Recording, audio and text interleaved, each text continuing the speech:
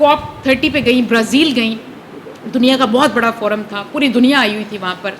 आपकी वज़ीर आला, खातून वज़ीर आला वहाँ गई और वहाँ पर जाकर सुथरा पंजाब का प्रोग्राम जो है वो शोकेस किया।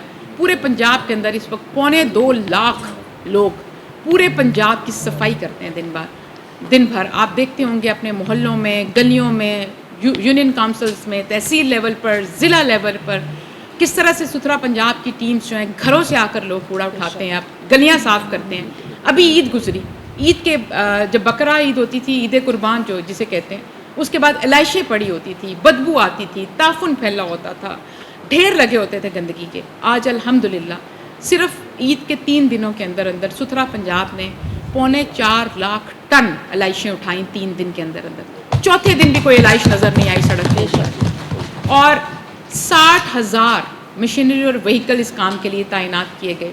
7,000 पॉइंट्स बनाए गए जहाँ पर ये कलेक्शन सेंटर्स बनाए गए, जहाँ पे ये घर घर से जाके, मोहल्लों से जाकर इलाइशें इकट्ठी की गई। और ईद से पहले 1 करोड़ 20 लाख थैले घरों में जा जाकर बांटे गए कि आप इसके अंदर इलाइशें और अपनी जो गंदगी है उसको बांध कर रखें, और सुथरा पंजाब की टीम्स आपके घरों से आकर उठाकर लेकर जाएंगी।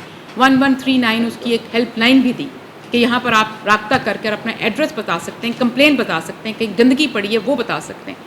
ये वो गवर्नेंस का मॉडल है जो मरियम नवाज शरीफ ने दिया, आकर एक औरत ने दिया, जो एक एक घर, एक एक गली और एक एक कस्बे में पहुँच रहा है।